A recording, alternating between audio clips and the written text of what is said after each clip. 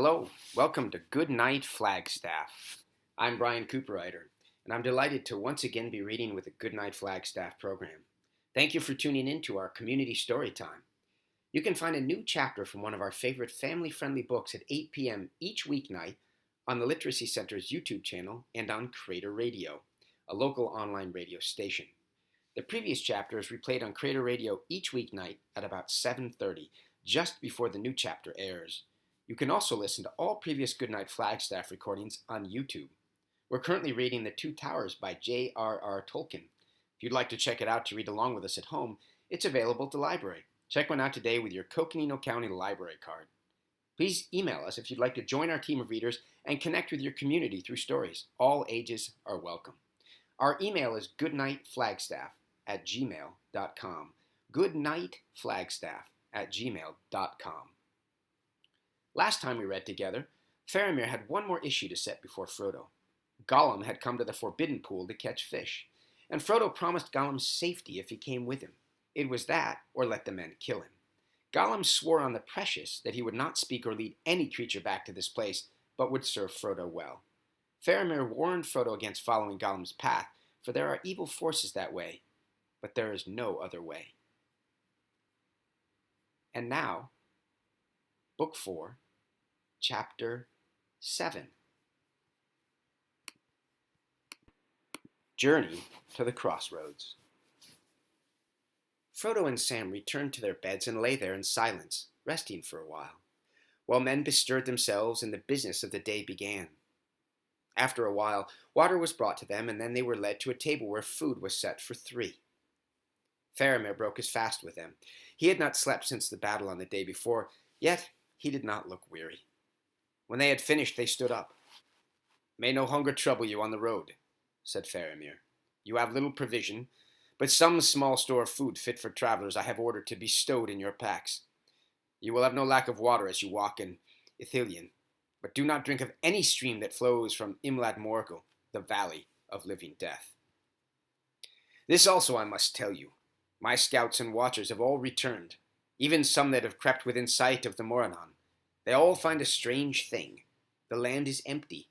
Nothing is on the road, and no sound of foot, or horn, or bowstring is anywhere to be heard. A waiting silence broods above the nameless land.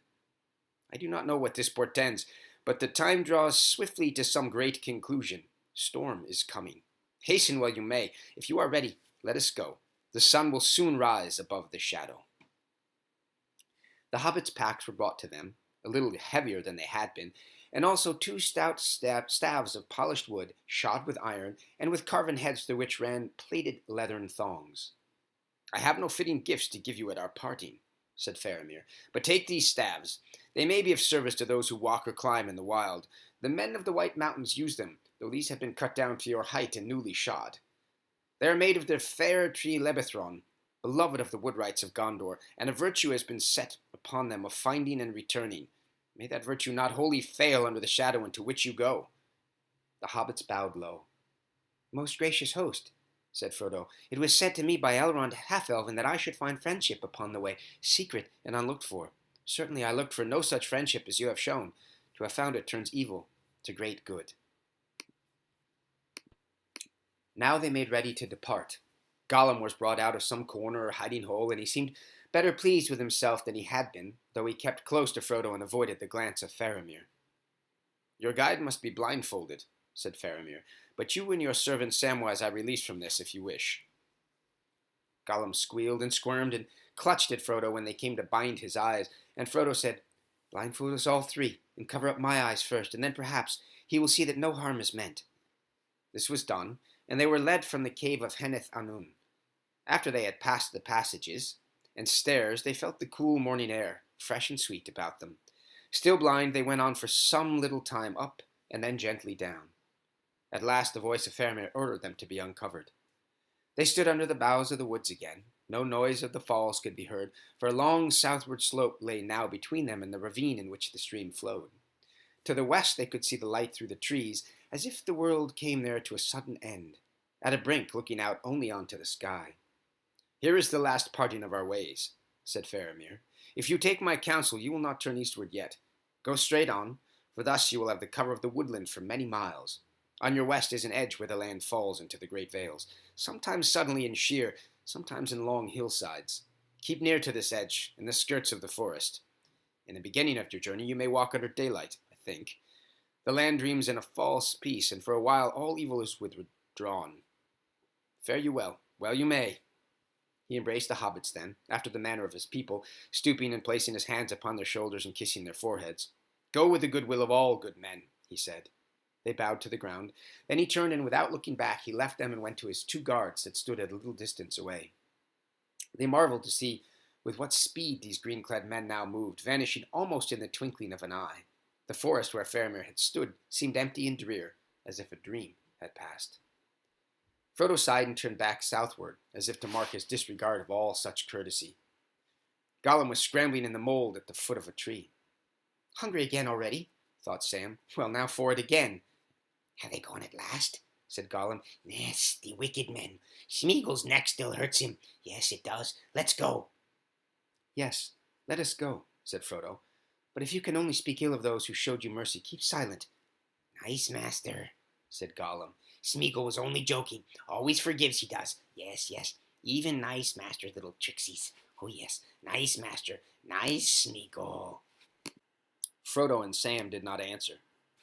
Hoisting their packs and taking their staves in hand, they passed on into the woods of Ithilien. Twice that day they rested and took a little of the food provided by Faramir. Dried fruits and salted meat, enough for many days, and bread enough to last while it was still fresh. Gollum ate nothing. The sun rose and passed overhead unseen, and began to sink, and the light through the trees to the west grew golden, and always they walked in cool green shadow, and all about them was silence. The birds seemed all to have flown away, or to have fallen dumb. Darkness came early to the silent woods, and before the fall of night they halted, weary, for they had walked 7 leagues or more from Henithanun. Frodo lay and slept away the night on the deep mold beneath an ancient tree. Sam beside him was more uneasy. He woke many times, but there was never a sign of Gollum, who had slipped off as soon as the others had settled to rest. Whether he had slept by himself in some hole nearby, or had wandered restlessly, prowling through the night, he did not say. But he returned with the first glimmer of light, and roused his companions. Must get up. Yes, they must, he said. Long ways to go still south and east. Hobbits must make haste. That day passed much as the day before had gone, except that the silence seemed deeper, the air grew heavy, and it began to be stifling under the trees. It felt as if thunder was brewing. Gollum often paused, sniffing the air, and then he would mutter to himself and urge them to greater speed. As the 3rd stage of their day's march drew on, and afternoon waned, the forest opened out, and the trees became larger and more scattered. Great ilexes of huge girth stood dark and solemn in wide glades, with here and there among them hoary ash trees, and giant oaks just putting out their brown-green buds. About them lay long lawns of green grass dappled with celandine and anemones, white and blue, now folded for sleep, and there were acres populous with the leaves of woodland hyacinths. Already their sleek bell stems were thrusting through the mold. No living creature, beast or bird, was to be seen. But in these open places Gollum grew afraid, and they walked now with caution, flitting from one long shadow to another. Light was fading fast when they came to the forest end. There they sat under an old gnarled oak that sent its roots twisting like snakes down a steep, crumbling bank. A deep, dim valley lay before them. On its further side the woods gathered again, blue and gray under the sullen evening, and marched on southwards. To the right the mountains of Gondor glowed, remote in the west, under a fire-flecked sky.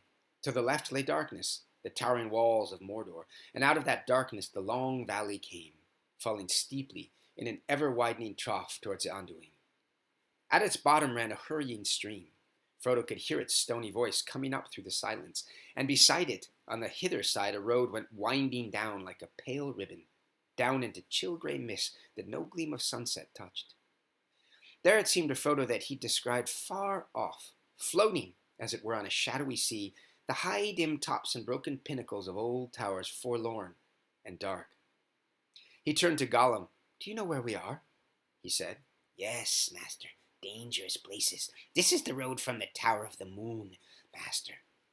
Down to the ruined city by the shores of the river. The ruined city, yes. Very nasty place, full of enemies. We shouldn't have taken men's advice. Hobbits have come a long way out of the path. Must go east now. Way up there. He waved his skinny arm towards the darkling mountains. And we can't use this road. Oh no, cruel people come this way down from the tower. Frodo looked down onto the road. At any rate, nothing was moving on it now. It appeared lonely and forsaken, running down to empty ruins in the mist, but there was an evil feeling in the air, as if things might indeed be passing up and down that eyes could not see. Frodo shuddered as he looked again at the distant pinnacles now dwindling into night, and the sound of water seemed cold and cruel. The voice of Margolduin, the polluted streams that flowed from the valley of the Wraiths. What shall we do? He said. We have walked long and far. Shall we look for some place in the woods behind where we can lie hidden? No good hiding in the dark, said Gollum. It's in day that hobbits must hide now. Yes, in day. Oh, come, said Sam. We must rest for a bit, even if we get up again in the middle of the night. There'll still be hours of dark then, time enough for you to take us a long march if you know the way. Gollum reluctantly agreed to this, and he turned back towards the trees, working eastward for a while along the straggling edges of the wood. He would not rest on the ground so near the evil road, and after some debate they all climbed up into the crotch of a large holm oak, whose thick branches, springing together from the trunk, made a good hiding place and a fairly comfortable refuge. Night fell, and it grew altogether dark under the canopy of the tree. Frodo and Sam drank a little water and ate some bread and dried fruit, but Gollum at once curled up and went to sleep. The hobbits did not shut their eyes. It must have been a little after midnight when Gollum woke up. Suddenly, they were aware of his pale eyes, unlidded, gleaming at them. He listened and sniffed, which seemed, as they had noticed before, his usual method of discovering the time of night. Are we rested? Have we had beautiful sleep? He said. Let's go. We aren't, and we haven't, growled Sam, but we'll go if we must. Gollum dropped at once from the branches of the tree onto all fours, and the hobbits followed more slowly. As soon as they were down, they went on again, with Gollum leading, eastwards, up the dark, sloping land. They could see little, for the night was now so deep that they were hardly aware of the stems of trees before they stumbled against them. The ground became more broken, and walking was more difficult, but Gollum seemed in no way troubled. He led them through thickets and wastes of brambles, sometimes round the lip of a deep cleft or dark pit, sometimes down into black bush-shrouded hollows and out again. But if ever they went a little downward, always the further slope was longer and steeper. They were climbing steadily. At their first halt, they looked back, and they could dimly perceive the roofs of the forest they had left behind, lying like a vast, dense shadow. A darker night under the dark, blank sky. There seemed to be a great blackness looming slowly out of the east, eating up the faint, blurred stars. Later, the sinking moon escaped from the pursuing cloud, but it was ringed all about with a sickly yellow glare. At last, Gollum turned to the hobbits. Day soon, he said. Hobbits must hurry. Not safe to stay in the open in these places. Make haste. He quickened his pace, and they followed him wearily. Soon they began to climb up onto a great hogback of land. For the most part, it was covered with a thick growth of gorse and whortleberry, and low, tough thorns, though here and there clearings opened the scars of recent fires. The gorse bushes became more frequent as they got nearer the top. Very old and tall they were, gaunt and leggy below, but thick above, and already putting out yellow flowers that glimmered in the gloom and gave a faint, sweet scent. So tall were the spiny thickets that the hobbits could walk upright under them, passing through long, dry aisles carpeted with a deep, prickly mold. On the further edge of this broad hill-back, they stayed their march and crawled for hiding underneath a tangled knot of thorns. Their twisted bows, stooping to the ground, were overridden by a clambering maze of old briars. Deep inside there was a hollow hall, raftered with dead branch and bramble, and roofed with the first leaves and shoots of spring. There they lay for a while, too tired yet to eat, and peering out through the holes in the covert, they watched for the slow growth of day. But no day came, only a dead brown twilight. In the east there was a dull red glare under the lowering cloud. It was not the red of dawn.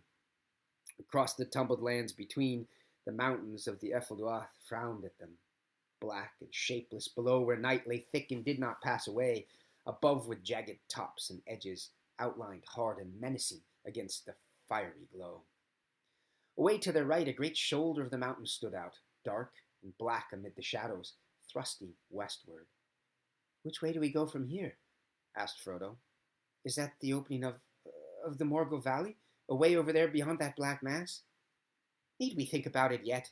Said Sam. Surely we're not going to move any more today, if day it is. Perhaps not, Perhaps not, said Gollum.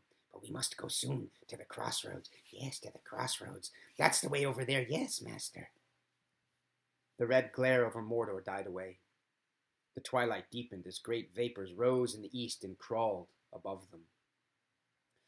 Frodo and Sam took a little food and then lay down, but Gollum was restless. He would not eat any of their food, but he drank a little water and then crawled about under the bushes, sniffing and muttering. Then suddenly he disappeared.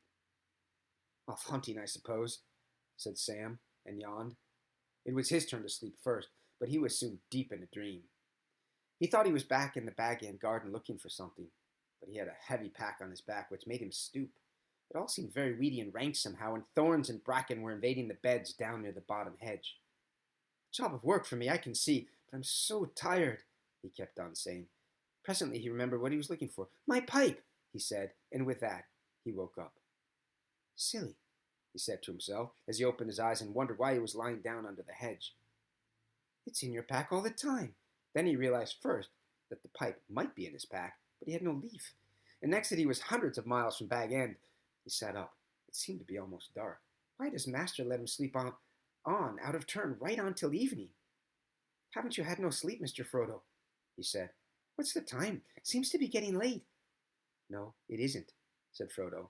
But the day is getting darker instead of lighter, darker and darker.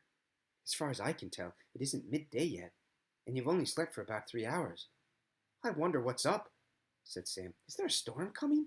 If so, it's going to be the worst there ever was. We shall wish we were down in a deep hole, not just stuck under a hedge. He listened. What's that? Thunder? Or drums? Or what is it? I don't know, said Frodo.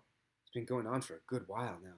Sometimes the ground seems to tremble. Sometimes it seems to be the heavy air throbbing in your ears.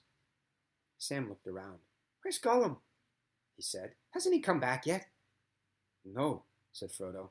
There's not been a sign or sound of him.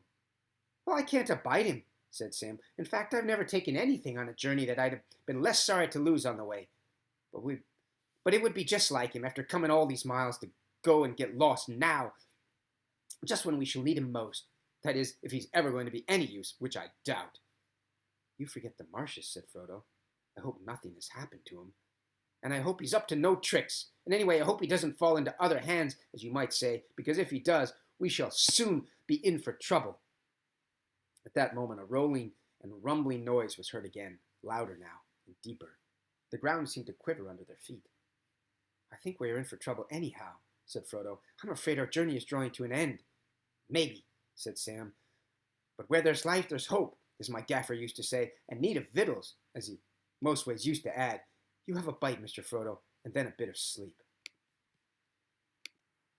The afternoon, as Sam supposed it must be called, wore on. Looking out from the covert, he could see only a dun, shadowless world, fading slowly into a featureless, colorless gloom. It felt stifling, but not warm.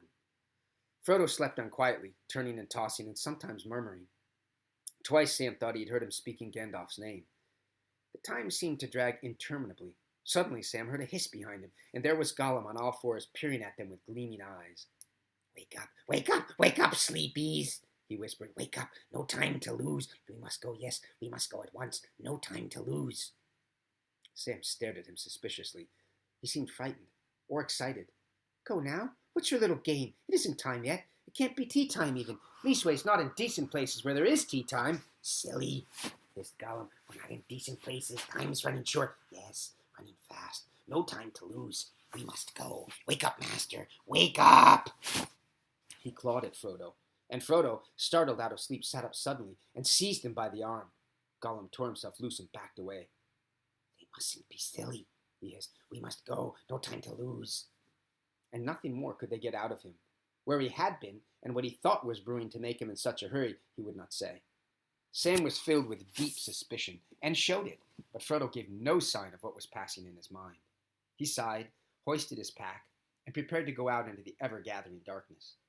Very stealthily Gollum led them down the hillside, keeping under cover wherever it was possible, and running, almost bent to the ground, across any open space. But the light was now so dim that even a keen-eyed beast of the wild could scarcely have seen the hobbits, hooded in their grey cloaks, nor heard them, walking as warily as the little people can. Without the crack of a twig or the rustle of a leaf, they passed and vanished. For about an hour they went on, silently in single file, oppressed by the gloom and by the absolute stillness of the land, broken only now and again by the faint rumbling as of thunder far away or drum beats in some hollow of the hills. Down from their hiding place they went, and then, turning south, they steered as straight a course as Gollum could find across a long broken slope that leaned up towards the mountains. Presently, not far ahead, looming up like a black wall, they saw a belt of trees, and as they drew nearer, they became aware that these were of vast size, very ancient it seemed, and still towering high, though their tops were gaunt and broken, as if tempest and lightning blast had swept across them, but had failed to kill them or to shake their fathomless roots. "The crossroads, yes," whispered Gollum, the first words that had been spoken since they left their hiding place.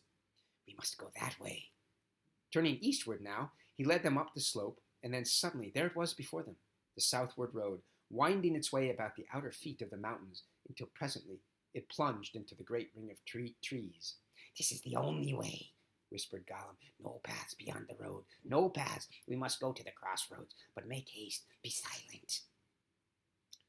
As furtively as scouts, within the encampment of their enemies, they crept down onto the road, and stole along its westward edge under the stony bank, gray as the stones themselves, and soft-footed as hunting cats.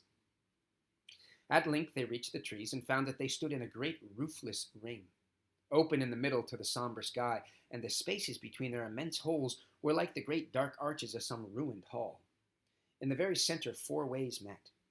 Behind them lay the road to the Moranon. Before them it ran out again upon its long journey south.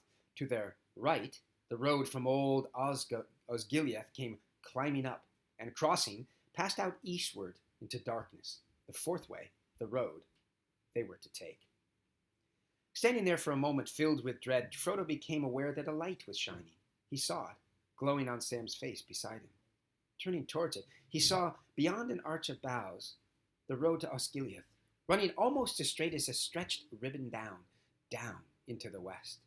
There, far away beyond sad Gondor, now overwhelmed in shade, the sun was sinking, finding at last the hem of the great, slow-rolling pall of cloud, and falling in an ominous fire towards the yet unsullied sea. The brief glow fell upon a huge sitting figure, still and solemn as the great stone kings of Argonath. The years had gnawed it, and violent hands had maimed it. Its head was gone, and in its place was set in mockery a round, rough-hewn stone, rudely painted by savage hands, in the likeness of a grinning face, with one large red eye in the midst of its forehead. Upon its knees and mighty chair, and all about the pedestal, were idle scrawls mixed with the foul symbols that the maggot folk of Mordor used. Suddenly, caught by the level beams, Frodo saw the old king's head. It was lying rolled away by the roadside. "Look, Sam," he cried, startled into speech. "Look, the king has got a crown again." The eyes were hollow, and the carven beard was broken, but about the high stern forehead there was a coronal of silver and gold. A trailing plant with flowers like small white stars had bound itself across the brows as if in reverence for the fallen king, and in the crevices of his stony hair yellow stonecrop gleamed. "They cannot conquer forever," said Frodo, and then suddenly the brief glimpse was gone. The sun dipped and vanished, and as if at the shuddering of a lamp, black night fell. Thank you for tuning in. Join us next time as we continue reading The Two Towers. Good night, Flagstaff.